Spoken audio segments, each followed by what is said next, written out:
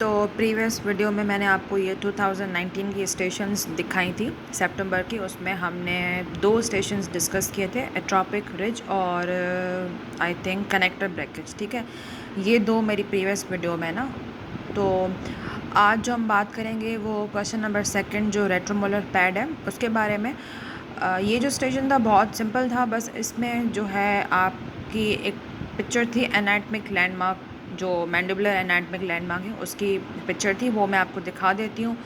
और उसमें बस सिंपली पूछा गया था कि 5 आप इंडिकेशंस बता दें या इम्पोर्टेंस बता दें, कोई भी 5 वो आपको बतानी थी रेट्रोमोलर पैड की। ठीक है, वो मैं बता देती हूँ। और आज जो हम डिस्कस करेंगे इस वीडियो में वो डिस्कस करेंगे एक क्वेश्चन नंबर 2 जो रेट्रोमोलर पैड है, और क्वेश्चन नंबर 8 जो है इनोवेशन एंड कंप्लीट डेंचर। ठीक है, बाकी आपका कॉम्बिनेशन भी मेरी प्रीवियस वीडियो में हो चुका है, वो वहाँ पे आप चेक कर लें। कनेक्टर ब्रेकेज भी हो चुका है, और बाकी रह गया फ्रैक्चर ऑफ पर्सलिन, ये कर देंगे।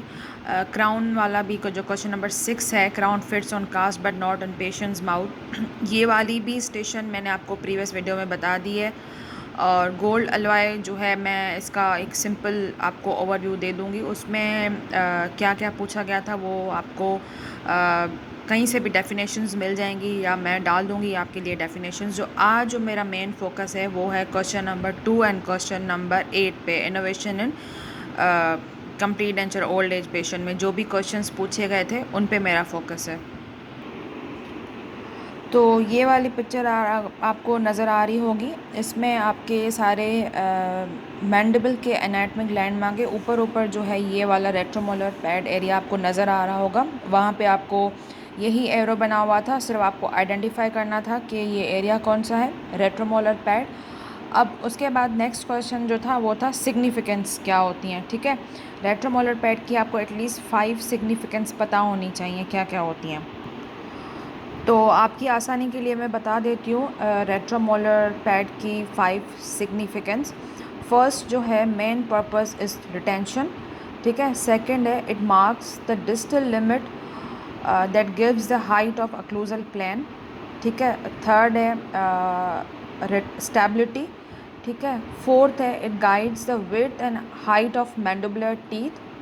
और फिफ्थ है form the posterior seal of mandibular denture. ठीक है, इसके अलावा अगर आप लोगों को पता है तो बहुत अच्छी बात है, लेकिन ये 5 जो मोस्ट इम्पॉर्टेंट सिग्निफिकेंस है वो मैंने आपको बता दी है रेट्रोमोलर पैड की। ये वाली पिक्चर मैंने इसलिए कंटिन्यूस फोकस की हुई है कि ज़रूरी नहीं है कि रेट्रोमोलर पैड आया था तो वो फिर से आ जाए, बक्कल शेल्फ का भी आ सकता है। और बाकी जो है बक्कल फिंडम, रेट्रोमोलर माइलोहाइड फोसा, ये चीज़ें भी आ सकती हैं। तो आपको बस ये होना चाहिए कि आपको हर लैंडमार्क का सिग्निफिकेंस पता होना चाहिए। बताने का मकसद यही है कि अगर प्रीवियस में रेट्रोमोलर पैड आया है तो एनाटॉमिक लैंडमार्क कोई भी आ सकता है, तो आप हर एनाटॉमिक लैंडमार्क की सिग्निफिकेंस देख लें, आइदर इन मैंडिबल और इन मैक्सिला। तो जो इनोवेशंस हैं आपको इस तरीके से करनी है, ये आपको अगर नज़र आ रहा हो तो हम जो करते हैं according to personality, according to age. ठीक है, अब पर्सनालिटी में आप देख रहे होंगे कि पेशेंट की पर्सनालिटी क्या है, विग्रस है या डेलिकेट है, तो उसके अकॉर्डिंग जो है आप अरेंजमेंट करते हैं ना। अगर विग्रस पर्सनालिटी है तो आप वाइडर सेंट्रल इंसाइजर्स सेलेक्ट करते हैं, वेयरिंग कर देते हैं सेंट्रल इंसाइजर और कैनाइन की, sharp line angles and point angles होती हैं। अगर डेलिकेट है तो आप मोर पैल और राउंडेड कॉर्नर्स कर देते हैं। अब एज पर डिपेंड करता है, तो आप क्या करेंगे, grinding of incisal edge of upper and lower to create the effect of wear facets. ठीक है, प्रॉक्सिमल वेयर आप कर देंगे, more teeth can expose while carving wax to indicate gingival recession, darker shade आप सेलेक्ट करेंगे। ठीक है, ये अगर आपको पेपर मेरा नज़र आ रहा हो तो ये सारा उस क्वेश्चन का आंसर है जो मैं रीड भी कर रही हूँ। तो एज करेक्टराइजेशन जो है, मोल्ड जो होते हैं वो भी अवेलेबल होते हैं हमारे पास, but they are very expensive, इसलिए जो हम ये सारी मॉडिफिकेशंस करते हैं। ठीक है, तो बेसिकली जो इनोवेशंस करते हैं हम ये वाली करते हैं। उसके अलावा जो इसमें नेक्स्ट क्वेश्चन था वो ये था कि एस्थेटिक कंसिड्रेशन क्या होती हैं ना इनकम्प्लीट डेंचर पेशेंट्स में, तो वो भी मैं आपको बता देती हूँ एस्थेटिक कंसिडरेशंस क्या होती हैं, एस्थेटिक फॉल्ट्स क्या हो सकते हैं। ये सारे आपके बुक में अवेलेबल हैं, मैं वहाँ से आपको दिखा भी देती हूँ और बता भी देती हूँ, लेकिन मेन जो चीज़ें थी ना वो आपको ये वाली करनी थी, ये भी बुक में है, मैं वहाँ से आपको दिखा देती हूँ ताकि आपको फिर वहाँ से पढ़ने में प्रॉब्लम नहीं होगी, मे बी ये राइटिंग इशू हो। तो वो मैं अभी आपको दिखा देती हूँ वहाँ से। ये वाला चार्ट, ये देख रहे हैं आप, possible aesthetic error and complete denture, ठीक है। ये पूरा चार्ट जो है एस्थेटिक एरर्स का आपको देखना है यहाँ पे, और इनोवेशंस भी इसी चैप्टर में है।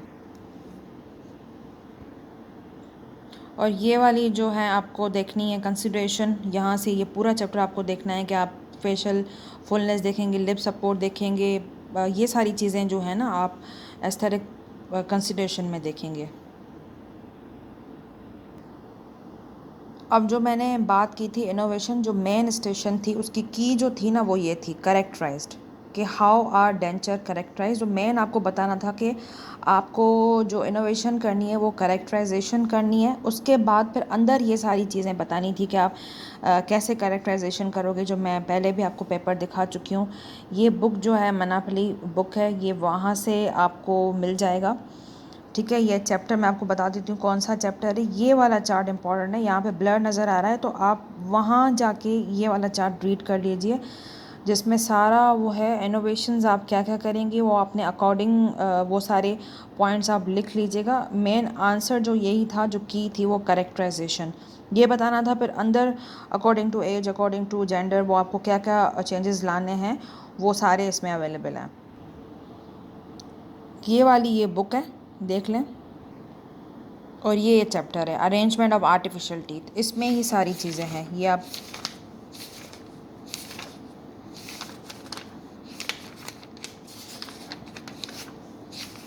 ये वाला चार्ट, ठीक है। ये स्टेशन आपका यहाँ से हो जाएगा। अब कॉम्बिनेशन सिंड्रोम का तो पहले भी मैंने डाला हुआ है, फिर भी यहाँ से मैं आपको दिखा देती हूँ कि कॉम्बिनेशन सिंड्रोम मैंने सॉल्व किया हुआ है। ये जो है इसमें आपसे कॉजेज़ पूछ सकते हैं, क्या क्या कॉजेज़ हैं कॉम्बिनेशन सिंड्रोम के। Loose unattentive denture, poorly constructed denture, continuous wearing of denture, unfavourable occlusal relationship, ठीक है। ये प्रीवियस वीडियो में है, फिर भी मैं आपको यहाँ इसलिए दिखा रही हूँ कि प्रॉपर तरीके से सॉल्व किया हुआ है। एटलीस्ट आपको 12 फीचर्स पता होने चाहिए, जो 13 यहाँ मैंने लिखे हुए हैं। 12 फीचर्स आपको पता होने चाहिए। आप देख रहे हैं कि कौन कौन से हैं। एंटीरियर मैक्सिलरी जो है फ्लैबी रिज होगी, down growth of maxillary tuberosity, papillary hyperplasia, occlusal plane discrepancy, ये सारे पॉइंट्स अगर आपको नज़र आ रहे हो तो यहाँ से देख लीजिए। और मैंने अपनी प्रीवियस वीडियो में भी कॉम्बिनेशन सिंड्रोम का डाला हुआ है। ये सारी मैनेजमेंट है, ये भी प्रीवियस वीडियो में मेरा है कि आप मैनेजमेंट कैसे करोगे, ठीक है। उसके अलावा ये है कि आपको इन्वेस्टिगेशंस क्या क्या करनी है और पेशेंट को कौन कौन से ऑप्शंस देने हैं, प्रोस्थेटिक ऑप्शंस क्या देने हैं, ठीक है। फिर ये मैंने यहाँ पे लिखा है few things we should also keep in mind, के जैसे आपने वहाँ पे बताना है कि tooth should be always in neutral zone. अब देखें हर बार क्वेश्चंस डिफरेंट होते हैं। मेरे टाइम पे सिंपली मुझसे पूछा गया था कि पेशेंट की पिक्चर पड़ी हुई थी, ये क्या है, जो पिक्चर मैंने पिक्चर आइडेंटिफिकेशन वाली वीडियो में डाली हुई है, तो आइडेंटिफाई करना था कॉम्बिनेशन सिंड्रोम। उसके बाद मुझे बोला था कि 10 कोई भी आप फीचर्स बता दें, ठीक है।